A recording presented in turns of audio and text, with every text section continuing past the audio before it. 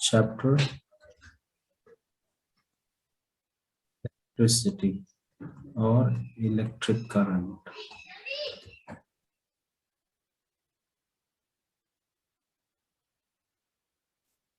पहले मैं तुम्हें इस चैप्टर का एक ओवरव्यू देता हूँ।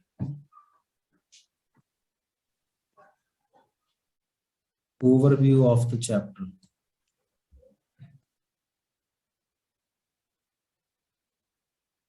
इस चैप्टर का नाम करंट इलेक्ट्रिसिटी भी है।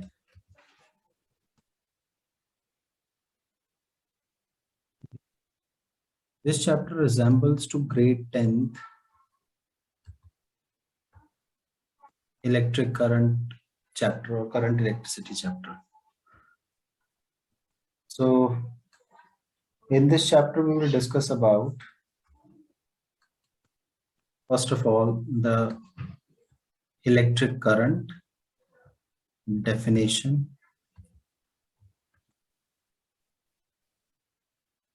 After that, electron mobility.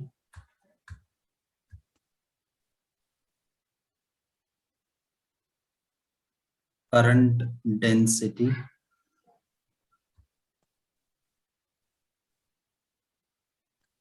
Drift velocity.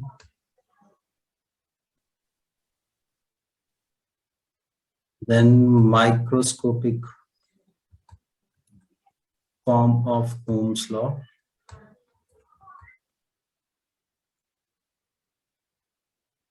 Microscopic form of Ohm's law. Resistance.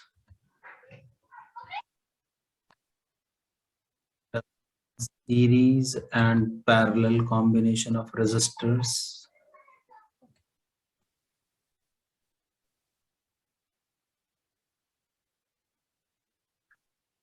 And after that, VI characteristics. VI characteristics of metals, non-metals,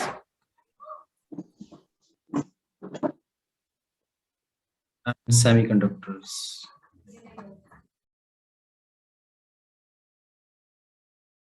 After that, we will discuss about the cell, combination of cell, and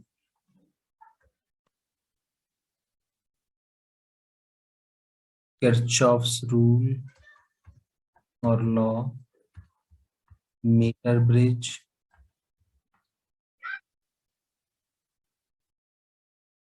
potentiometer, Wheatstone bridge. ये सारे topic इसमें आएंगे, ठीक है? Just a moment.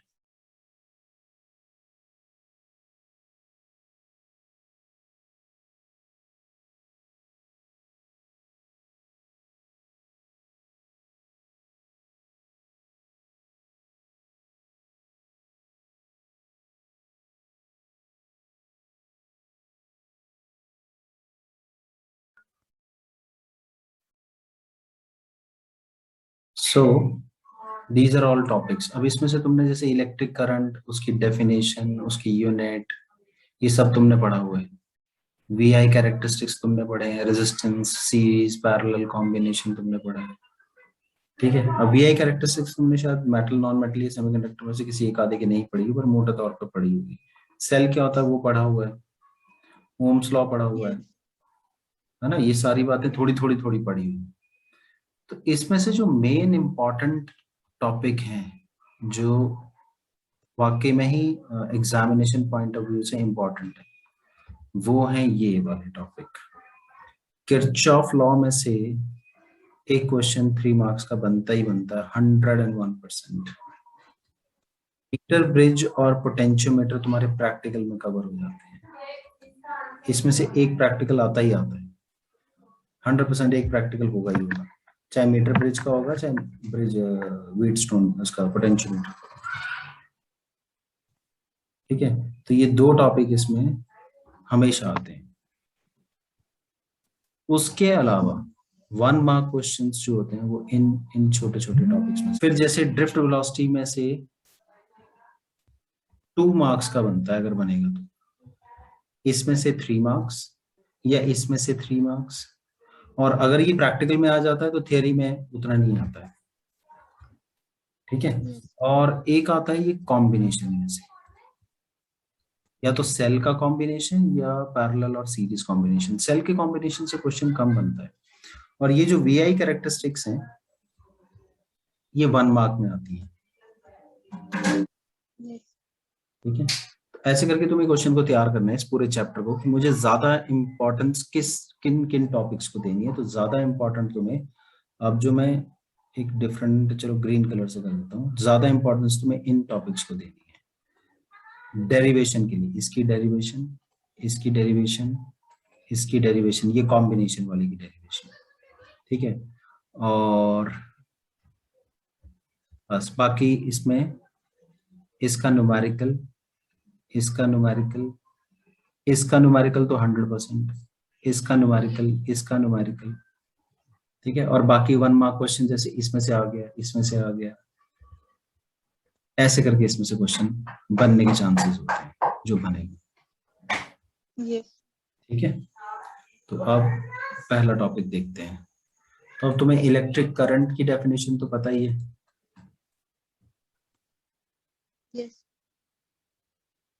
क्या बोलते हैं इसको? Rate of flow of charge per unit. ध्यान से सुनना, अब मैं 10th से थोड़ा सा अपर लेवल का बताऊंगा इसमें। Rate of flow of charge per unit time is called electric current. Electric current का जो सिंबल है जिससे इलेक्ट्रिक करंट डिनोट होता है वो है आई। ठीक है। और इसका जो फॉर्मूला बनता है अकॉर्डिंग टू द स्टेटमेंट, वो बनता है I is equal to Q by T. तो rate of flow of charge per unit time. ठीक है। इसकी यूनिट बनेगी कूलम अपॉन सेकेंड। ठीक है। तो कूलम हो गई चार्ज की यूनिट और ये हो गई, तो इसको मिला जुला के जो हम इसकी यूनिट लिखते हैं वो लिखते हैं एम्पेयर। तो अब कई बच्चे पूछते हैं कि सर एम्पेयर क्यों लिखते हैं। एक्चुअल में क्या होता है कि ये एक सिंपलेस्ट वे है याद रखने का। इन दो की बजाय एक ही याद रखो, और दूसरा जिसने इसको डेवलप किया फॉर्मूला को और सारी चीजों को, जिसने इसको डिस्कवर किया, उसको रिस्पेक्ट देने के लिए हम उसके नाम पे कोई चीज रख देते हैं ताकि हमें याद रहे। जैसे फोर्स की यूनिट हमने न्यूटन रख दी, तो फोर्स का जो कॉन्सेप्ट है वो न्यूटन ने दिया, तो इसलिए हमने उसकी यूनिट न्यूटन रख दी। और जो भी यूनिट्स साइंटिस्ट के नाम पे होती हैं उनका अगर तुम सिंगल लेटर से डिनोट करोगे उनको, तो वो कैपिटल से डिनोट होंगे। लेकिन अगर तुम पूरा नाम लिखोगे तो तुम स्मॉल से भी शो कर सकते हो। ठीक है।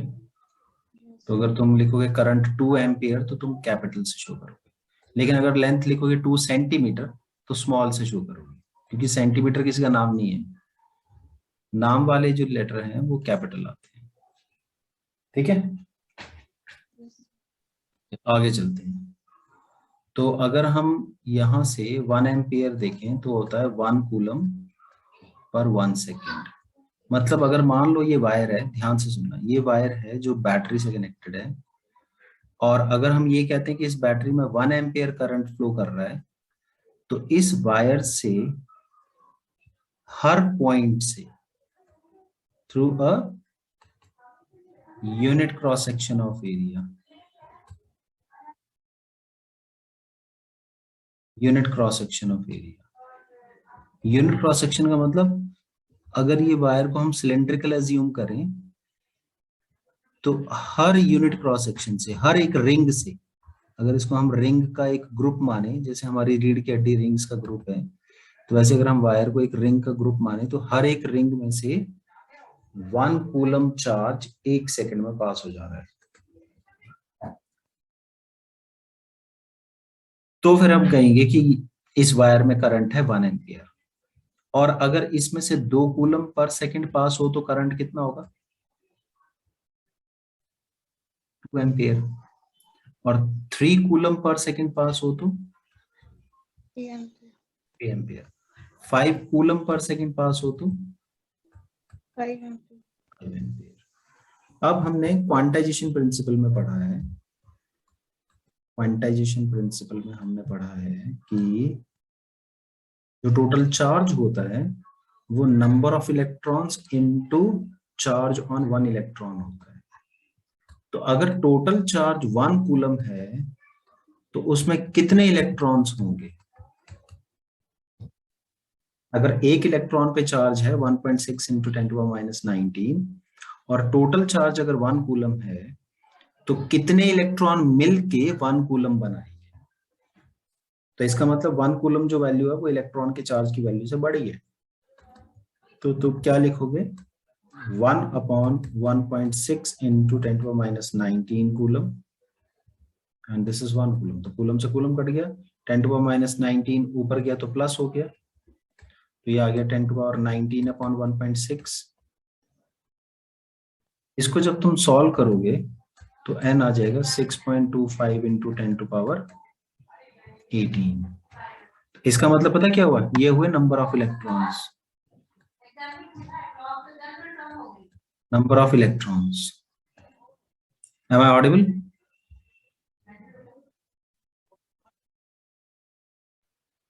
Yes sir. तो ये कितने इलेक्ट्रॉन्स हुए? देखो 1 2 3 4 5 6 7 8 9 10 11 12 13 14 15 16 17 18। इतने नंबर ऑफ इलेक्ट्रॉन्स जब एक बैग में तुम भर दो या एक बॉक्स में भर दो तो तुम बोलोगे कि उस बॉक्स में कितना चार्ज है? 1 कूलम चार्ज। या इतने नंबर ऑफ इलेक्ट्रॉन जब एक वायर से, एक पॉइंट से 1 सेकंड में पास हो जाएं तो वहां करंट होगा 1 एम्पियर। तो 5 एम्पियर के लिए कितने इलेक्ट्रॉन पास होने चाहिए? इसके 5 गुना। 5 एम्पियर के लिए जो इलेक्ट्रॉन पास होंगे वो इसके 5 टाइम्स होंगे। तो तुम काउंट कर सकते हो कितने इलेक्ट्रॉन पास होते हैं हर 1 सेकंड में एक पॉइंट ऑफ वायर से, जो वायर 5 एम्पियर करंट कैरी करती है। समझ आ गया? यस। ठीक है।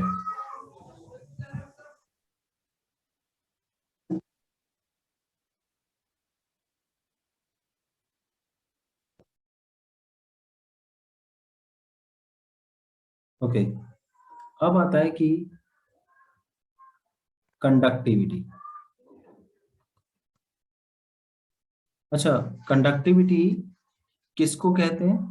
The ability to conduct.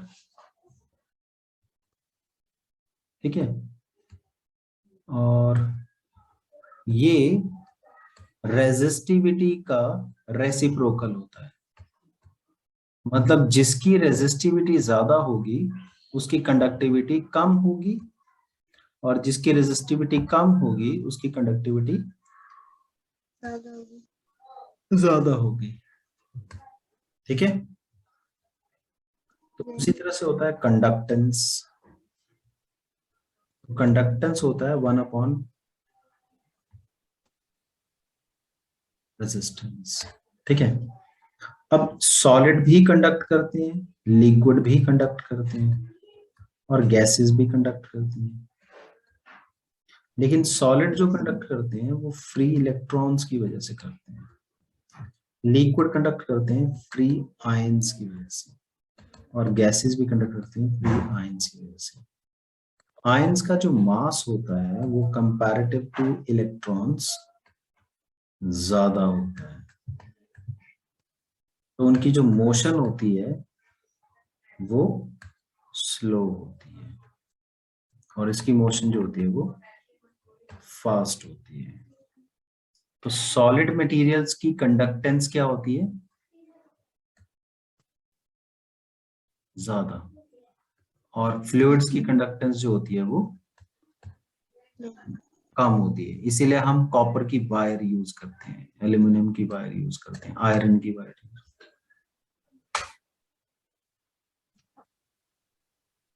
Iron तो प्रेफरेबली हम यूज नहीं करते, बट मैं वैसे बात कर रहा हूँ कि हम मेटल्स यूज कर सकते हैं कंडक्टेशन में। क्योंकि उसके अंदर होते हैं इलेक्ट्रॉन्स और इलेक्ट्रॉन्स की मोशन होती है फास्ट, तो उनकी कंडक्शन होती है ज्यादा और इनकी कंडक्शन होती है कम।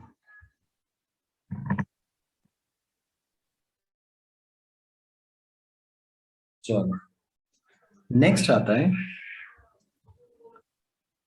इलेक्ट्रॉन्स। इलेक्ट्रॉन क्या करते हैं, कंडक्टर में चलते हैं ना। Yes. कैसे चलते हैं, कौन चलाता है उनको, who makes the electrons to move. उनके फोर्स लगती है। कौन लगाता है फोर्स,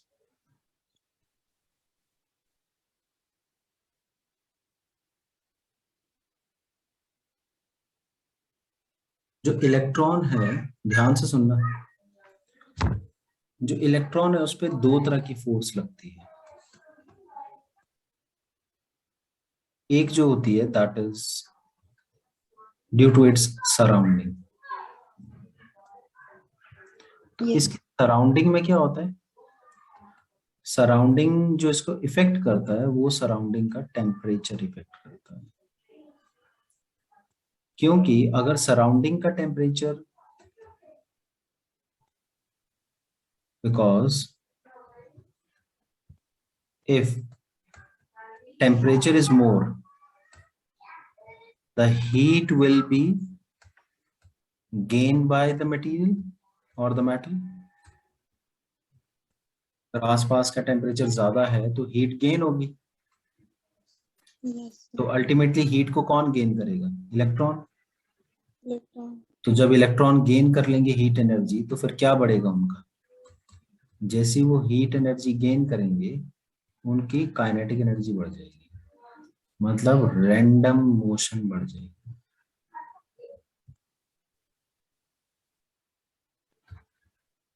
रैंडम मोशन बढ़ जाएगी, ठीक है। तो मूव तो कर रहे हैं ना वो, लेकिन किस वजह से कर रहे हैं, हीट की वजह से। Yes. इस तरह की मोशन को हम नाम दे देते हैं थर्मल मोशन। क्या नाम दे देते हैं, Thermal motion. थर्मल मोशन, ठीक है। लेकिन इलेक्ट्रिक करंट क्या होता है,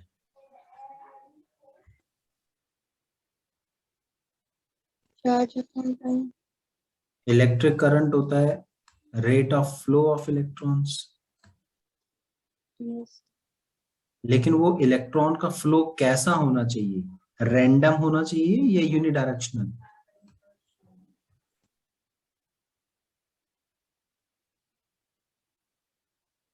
यूनिडायरेक्शनल होना चाहिए। यूनिडायरेक्शनल मतलब एक डायरेक्शन में, लेफ्ट है तो लेफ्ट, राइट है तो राइट, डाउन है तो डाउन, अप है तो अप, एक तरफ चले सारे के सारे इलेक्ट्रॉन। लेकिन रैंडम मोशन में क्या होता है, सारे इलेक्ट्रॉन एक तरफ चलते हैं, No, sir. नहीं, कुछ यहाँ जाएंगे, कुछ यहाँ जाएंगे, कुछ यहाँ, और एक इलेक्ट्रॉन यहाँ जाएगा, टकराएगा, फिर यहाँ आएगा, फिर टकरा गया, फिर टकरा गया, तो ऐसे रैंडमली चलते रहते हैं। Yes. इन इलेक्ट्रिक करंट के लिए कैसी मोशन होनी चाहिए, Uniform. Uniform motion, unidirectional motion होनी चाहिए। तो फिर हम क्या करते हैं, कंडक्टर को एक बैटरी से कनेक्ट कर देते हैं। Yes. हम इसको और ज्यादा जनरल वे में एक्सप्रेस करें तो सोर्स ऑफ पोटेंशियल डिफरेंस, ठीक है। अब सोर्स ऑफ पोटेंशियल डिफरेंस क्या करता है, ध्यान से सुनना, एक एंड को हाई पोटेंशियल का बना देता है और एक एंड को लो पोटेंशियल का बना देता है। अभी तक क्या था, दोनों पोटेंशियल बराबर थे, सिर्फ हीट की वजह से वो रैंडमली इलेक्ट्रॉन ऐसे ऐसे चक्कर काट रहे हैं, यहाँ से कभी यहाँ जा रहे हैं, कभी यहाँ जा रहे हैं, कभी यहाँ जा रहे हैं, कभी यहाँ जा रहे हैं।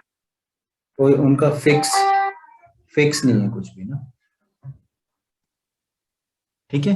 लेकिन जैसे ही हम source of potential difference apply करते हैं तो ये इलेक्ट्रॉन एक डायरेक्शन में चलना शुरू कर देते हैं, एक तरफ।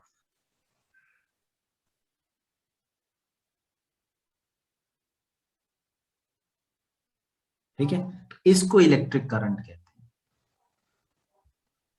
yes, ठीक है, लेकिन इलेक्ट्रॉन चलते कैसे हैं इस तरफ, अगर हम उसकी बात करें तो होता क्या है, जैसे मान लो ये कंडक्टर है, इसके पास फ्री इलेक्ट्रॉन्स हैं, और वो फ्री इलेक्ट्रॉन आए कहां से, जब हीट दी गई, इन एटम्स ने इलेक्ट्रॉन्स को लूज किया जो इसके अंदर थे, और खुद हो गए पॉजिटिव। तो जब तुम इलेक्ट्रॉन्स को पोटेंशियल डिफरेंस में रखते हो, तो इलेक्ट्रॉन क्या करते हैं, नेगेटिव टर्मिनल से पॉजिटिव की तरफ मूव करना शुरू करते हैं, लेकिन रास्ते में क्या है, इसमें आयन्स हैं और दूसरे इलेक्ट्रॉन्स भी हैं।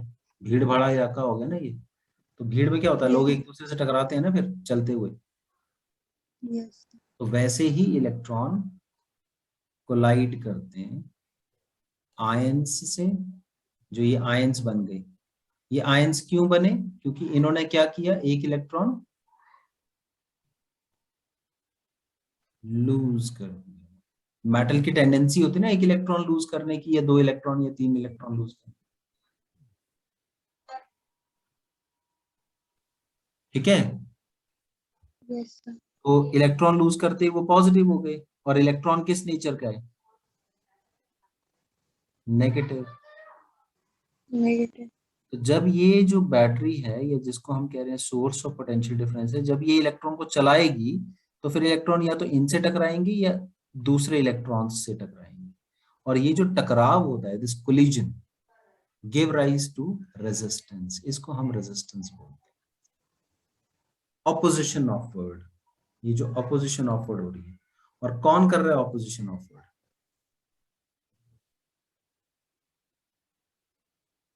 Ions and yes, electron. electrons,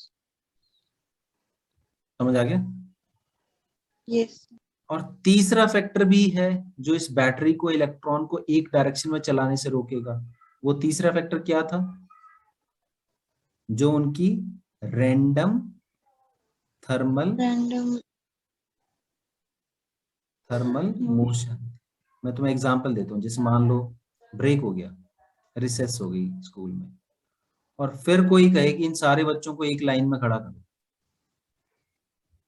तो will it be easy to assemble them at one point, no, sir, because they are randomly moving।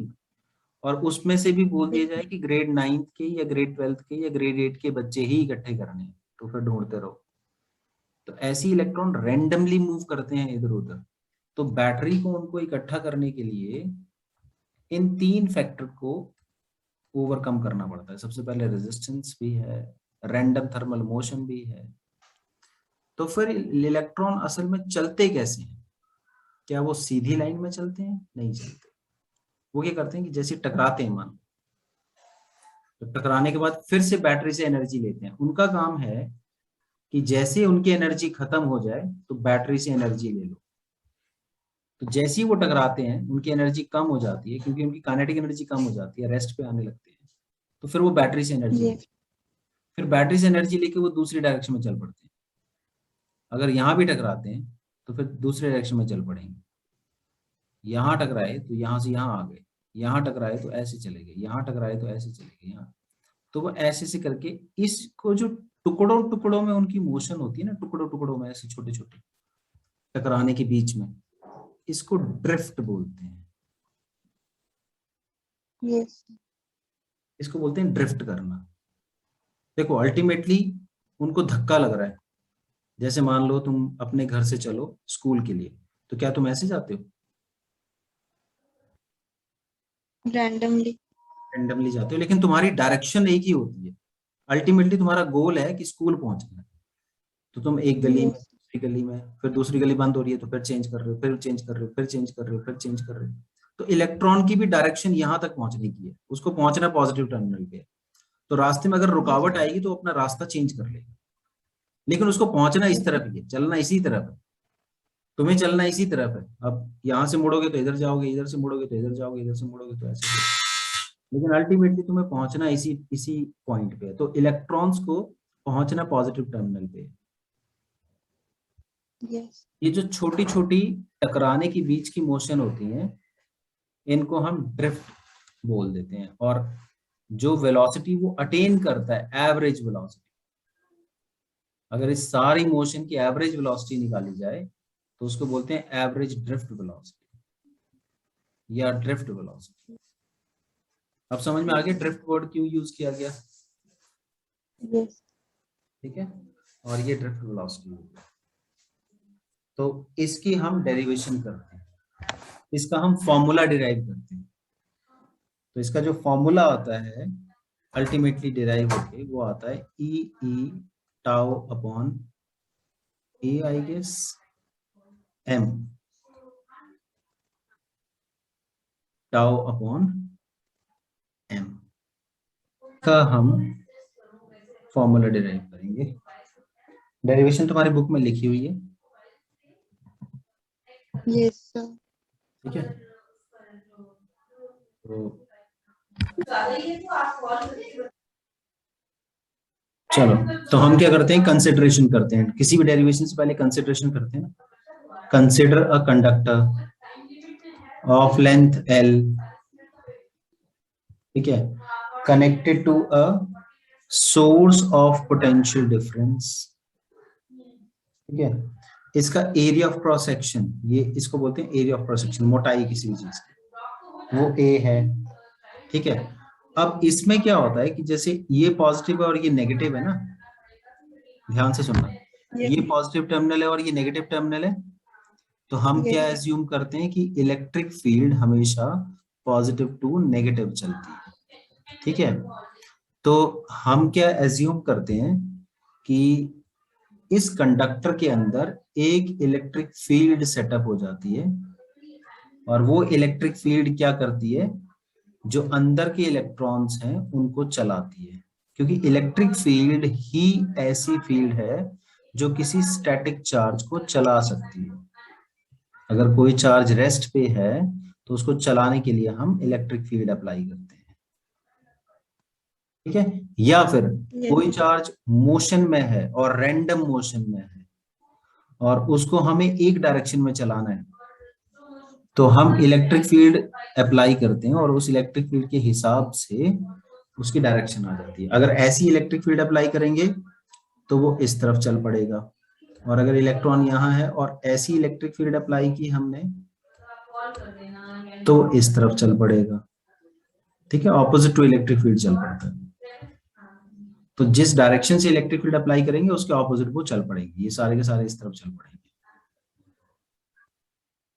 ठीक है। तो अब देखो, yes, जैसी तुमने सोर्स ऑफ पोटेंशियल डिफरेंसेस पे अप्लाई किया तो इसने क्या किया, सेल ने या बैटरी ने इनको धक्का लगाना शुरू किया, मतलब फोर्स लगाई, ठीक है। yes, तो जब फोर्स लगाते हैं तो वेलोसिटी क्या होती है, चेंज होती है। yes, तो जब वेलोसिटी चेंज होती है तो उस टाइप की मोशन को हम क्या बोलते हैं, acceleration, एक्सेलरेटेड मोशन। तो एक्सेलरेशन कितना होगा, तुम कितनी फोर्स लगा रहे हो और जिस ऑब्जेक्ट पे लगा रहे हो उसका मास कितना है। yes, अब अगर एक इलेक्ट्रॉन एक इलेक्ट्रिक फील्ड में रखा हुआ है तो उसके ऊपर कितनी फोर्स लगेगी, ये इस बात पे डिपेंड करता है कि उस इलेक्ट्रॉन का चार्ज कितना है और वो कितनी इलेक्ट्रिक फील्ड में रखा हुआ है। yes,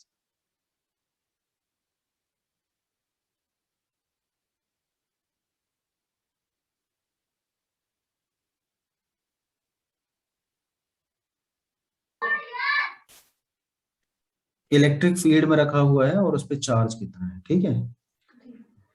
तो मतलब फोर्स की जगह हम क्या रख देंगे, electric charge into electric field. तो यहाँ पे रख देंगे चार्ज E या Q रख दो, मतलब हमें नहीं पता कितना चार्ज है, इनटू E अपॉन m। ठीक है, Yes. Got it. तो ये हमारे पास एक्सेलरेशन का फॉर्मूला आ गया। अब देखो, जब इलेक्ट्रॉन चलेंगे तो वो क्या करेंगे, या तो आयन से टकराएंगे या इलेक्ट्रॉन से टकराएंगे। Yes. तो मान लो कभी वो जल्दी टकराते हैं और कभी वो देरी से टकराते हैं। ठीक है, Yes. टकराने के बीच का जो ड्यूरेशन होता है, पहले से टकराए फिर दूसरे से टकराए, इसके बीच का जो ड्यूरेशन होता है, दो कोलिजन्स के बीच का जो ड्यूरेशन होता है, उसको बोलते हैं रिलैक्सेशन टाइम। जैसे हमारा रिलैक्सेशन टाइम आता है ना यूनिट टेस्ट के बीच और हाफ ईयरली के बीच में, रिलैक्स करो अब कोई एग्जाम नहीं है। हाफ ईयरली और एनुअल के बीच में रिलैक्स करो कोई एग्जाम नहीं है। Yes, sir. तो वैसे ही इलेक्ट्रॉन का भी, चार्ज पार्टिकल का भी रिलैक्सेशन टाइम होता है, दो कोलिजन्स के बीच का टाइम। तो मान लो पहली कोलिजन हुई तो रिलैक्सेशन टाइम था टाउ 1, दूसरी हुई तो टाउ 2, टाउ 3, ऐसे से करके हुई। तो टोटल निकालना होगा एवरेज, तो कैसे निकालोगे तुम बोलोगे कि n नंबर ऑफ कोलिजन्स हुई, तो उनका सम करोगे और n से क्या कर दोगे, Divide. डिवाइड कर दो।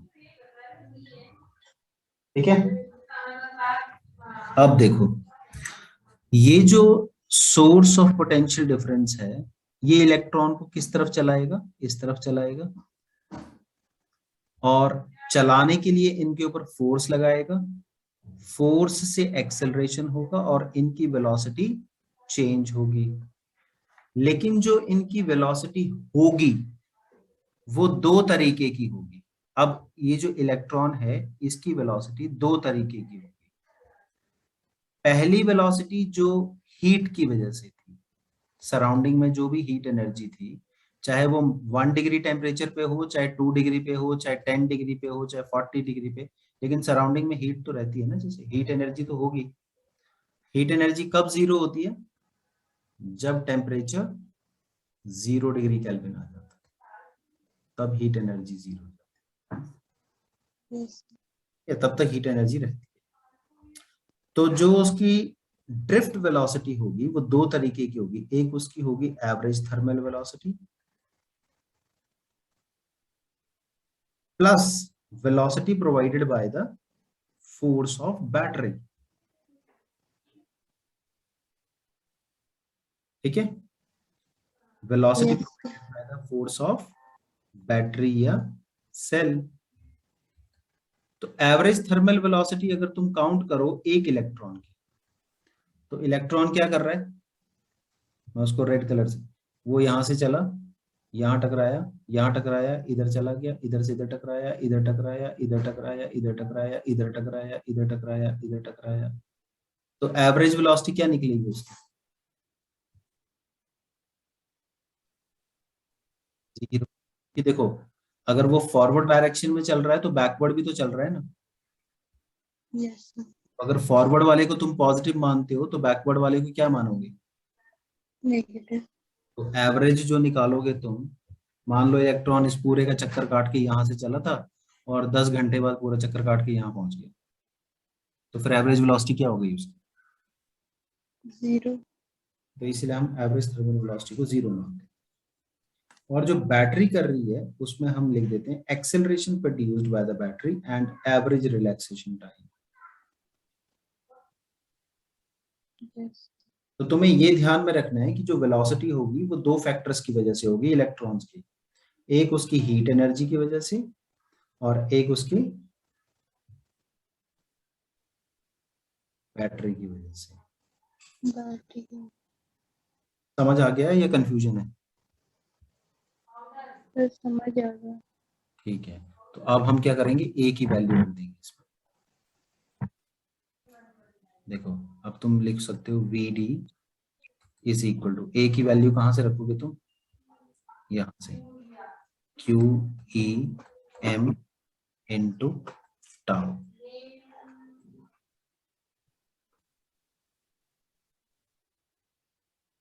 ठीक है, ये मैंने एवरेज निकाल दिया सारे इलेक्ट्रॉन्स का। हो सकता है डेरिवेशन में लिखा हो पहले इलेक्ट्रॉन की वेलोसिटी Vd1, दूसरे की वेलोसिटी Vd2, तीसरे की वेलोसिटी Vd3। तो Vd1 a tau 1, Vd2 a tau 2, Vd3 a tau 3। तो अल्टीमेटली तुम्हें क्या निकालना पड़ेगा, एवरेज निकालना पड़ेगा, नहीं जो मैंने यहाँ निकाल दिया पहले। Yes sir. ठीक है, और शुरू में तुम्हें कंसिडरेशन लिखना पड़ेगा। ये दो चीजें मैंने नहीं लिखी हैं, बाकी कॉन्सेप्ट वाइज तुम्हें समझा दिया है कि इलेक्ट्रॉन की दो तरह की वेलोसिटी होगी, तुम दो तरह की वेलोसिटी लिखोगे, एक जीरो होगी और एक जो होगी वो सेल की वजह से होगी जिसकी तुम वैल्यूज पुट कर दोगे, एक्सेलरेशन की वैल्यू और टाइम की वैल्यू, और तुम्हारे पास फॉर्मूला याद रहेगा। यस